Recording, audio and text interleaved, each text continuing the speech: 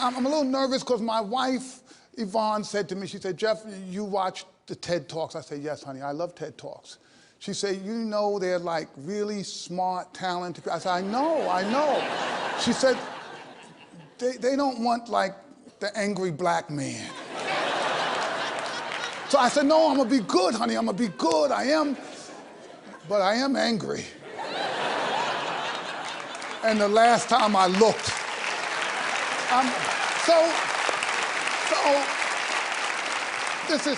this is why I'm excited, but I'm angry. This year, there are going to be millions of our children that we're going to needlessly lose. That we could, right now, we could save them all.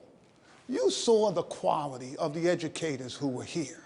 Do not tell me they could not reach those kids and save them. I know they could. It is absolutely possible. Why haven't we fixed this?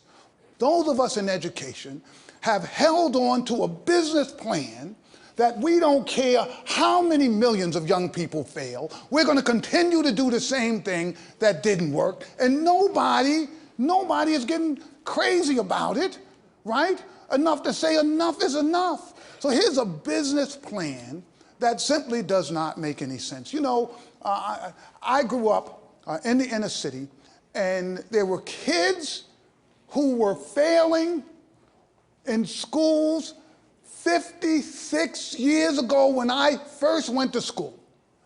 And those schools are still lousy today. 56 years later.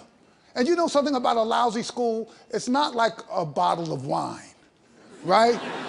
Where you say like 87 was like a good year, right? That's not how this thing, I mean, every single year, it's still the same approach, right? One size fits all. If you get it, fine, and if you don't, tough luck. Just tough luck.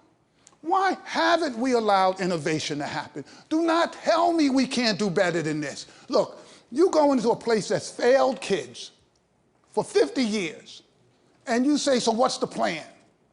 And they say, well, we're going to do what we did last year this year. What kind of business model is that? Banks used to open and operate between 10 and 3. They operate 10 to 3. They were closed for lunch hour. Now, who can bank between 10 and 3?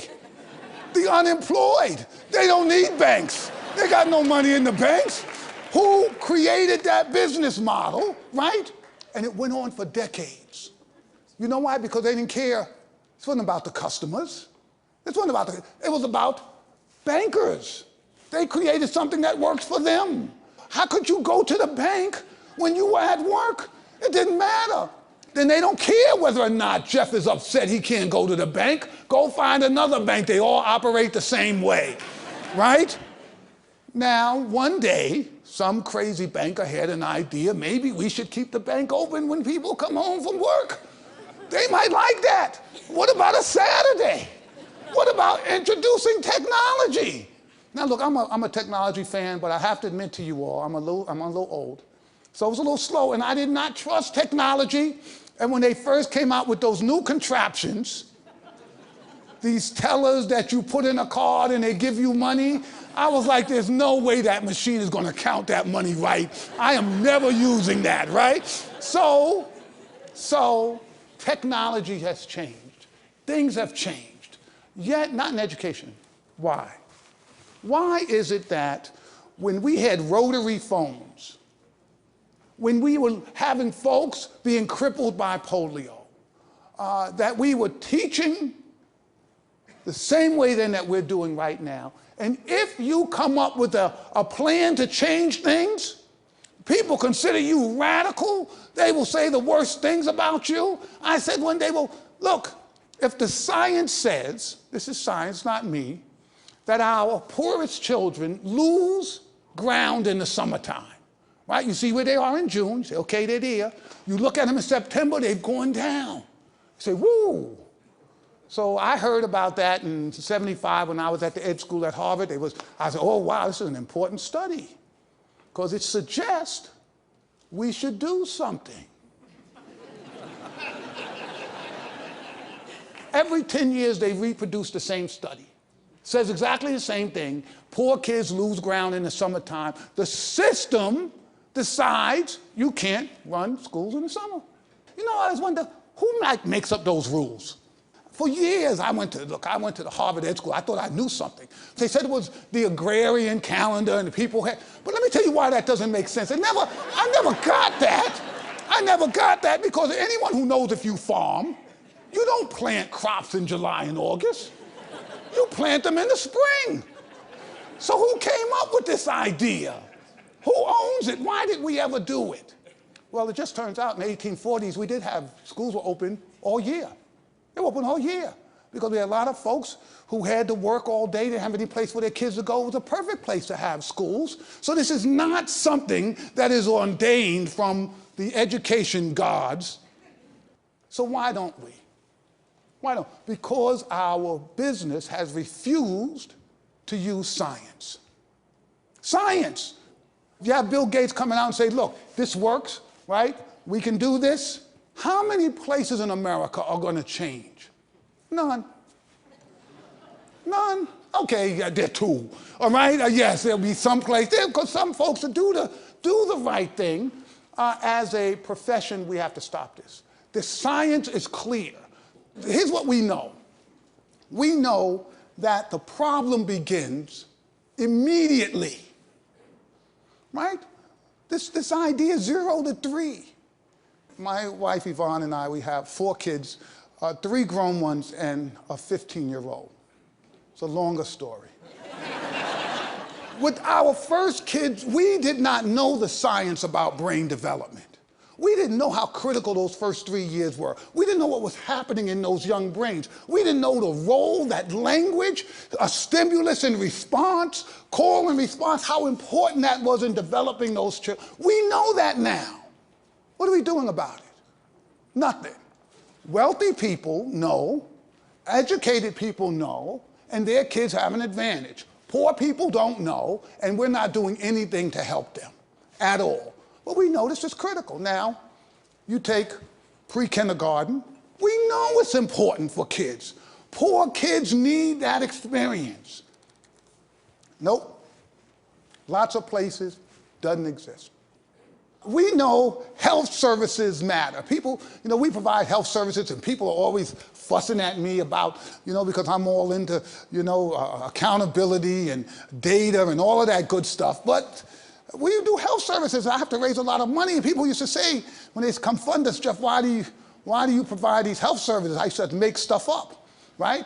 I'd say, well, a child who has cavities is not going to be able to study as well. And I had to, because I had to raise the money, right? But now I'm older, and you know what I tell them? You know why I provide kids with those health benefits and the sports and the recreation and arts? Because I actually like kids, right? I actually like kids, right? But when they really get pushy, people really get pushy, I say, I do it because you do it for your kid. And you've never read a study from MIT that says giving your kid dance instruction, right, is going to help them do algebra better. But you will give that kid dance instruction and you will be thrilled that that kid wants to do dance instruction and it'll make your day. And why shouldn't poor kids have the same opportunity? It's the floor for these children. So here's the other thing. I'm a tester guy. I believe you need data, you need information, because you work at something, you think it's working, and you find out it's not working, right? I mean, educators, you work, you say you think you got it, you're great, no, and you find out they didn't get it. But here's the problem with testing. The testing that we do, we're going to have our test in New York next week, right? It's in April. You know when we're going to get the results back? Maybe July, maybe June. And the results have great data. They'll tell you Raheem really struggled, couldn't do 2-digit multiplication, and it's great data, but you're getting it back after school is over. And so what do? You go on vacation. You come back from vacation, now you've got all of this test data from last year.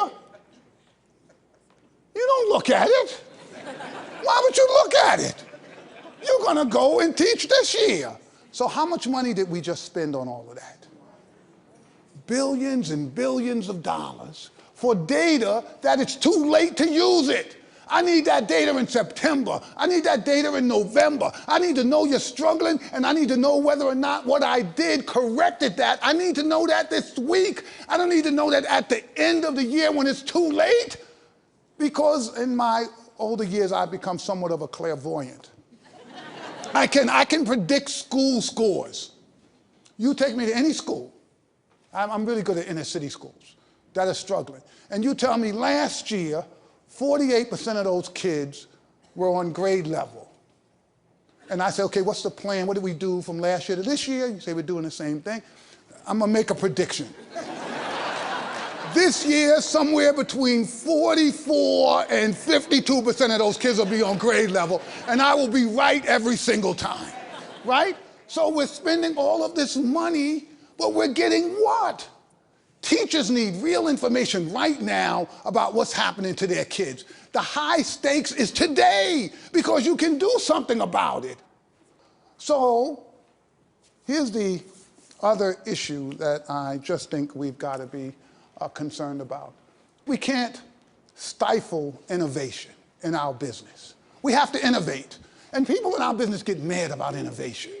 They get angry if you do something different. If you try something new, people always say, it's charter schools. Yeah, it's charter. Let's try some stuff. Let's see. This stuff hasn't worked for 55 years. Let's try something different. And here's the rub. Some of it's not going to work. You know, people tell me, yeah, those charter schools, a lot of them don't work. A lot of them don't. They should be closed. I mean, I really believe they should be closed. But we can't confuse figuring out the science and things not working with we shouldn't therefore do anything, right? Because that's not the way the world works. You think about technology. Imagine if that's how we thought about technology. Every time something didn't work, we just threw in a towel and said, let's forget it, right? You know, they convinced me, I'm sure some of you were like me, the latest and greatest thing, the Palm Pilot. They told me, Jeff, if you get this Palm Pilot, you'll never need another thing. That thing lasted all of 3 weeks. It was over. I was so disgusted I spent my money on this thing. Did anybody stop inventing? Not a person, not a soul. The folks went out there, they kept inventing. The fact that you have failure, that shouldn't stop you from pushing the science forward. Our job as educators, there's some stuff we know that we can do, and we've got to do better. The evaluation, we have to start with kids early. We have to make sure that we provide the supports for young people. We've got to give them all of these opportunities. So that we have to do. But this innovation issue, this idea that we've got to keep innovating until we really nail this science down is something that is absolutely critical. And this is something, by the way, that I think is going to be a challenge for our entire field. America cannot wait another 50 years to get this right. We have run out of time. I don't know about a fiscal cliff, but I know there's an educational cliff that we are walking over right this very second. And if we allow folks to continue this foolishness about saying we can't afford this, so Bill Gates says it's going to cost $5 billion. What is $5 billion to the United States? What did we spend in Afghanistan this year? How many trillions, when the country cares about something, we'll spend $1 trillion without blinking an eye. When the safety of America is threatened, we will spend any amount of money. The real safety of our nation is preparing its next generation so that they can take our place and be the leaders of the world when it comes to thinking and technology and democracy and all that stuff we care about. I dare say it's a pittance what it would require for us to really begin to solve some of these problems. So once we do that, I'll no longer be angry. So you guys, right, help me get there. Thank you all very much. Thank you.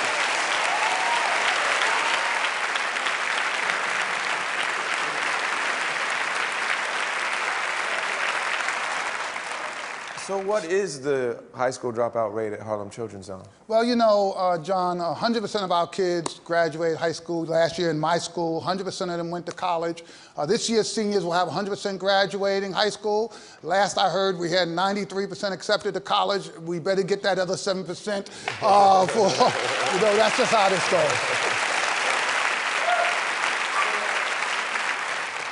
And so how do you stick with them after they leave high school? Yeah, well, you know, one of the bad problems we have in this country is these kids, the same kids, these same vulnerable kids, when you get them to school, they drop out in record numbers. And so we've figured out that you've got to really design a network of supports for these kids that in many ways mimics what a good parent does. They harass you. Right? They call you, they say, I want to see your grades, how you do on that last test, what are you talking about that, you know, you want to leave school, or you're not coming back here. So a bunch of my kids know, you can't come back to Harlem, because Jeff is looking for you, right? They're like, I really can't come back. No, you better stay in school. But you know, I'm not kidding about some of this, and it gets a little bit to the grit issue. When kids know that you refuse to let them fail, right? It puts a different pressure on them, and they don't give up as easy. So sometimes they don't have it inside. And they're like, you know, I don't want to do this, but I know my mother's going to be mad. Well, that matters to kids, and it helps get them through. We try to create a set of strategies that gets them tutoring and help and support, but also a set of encouragements that say to them, you can do it, it is going to be hard, but we refuse to let you fail. Well, thank you, Dr. Canada. Please give it up for him one more time.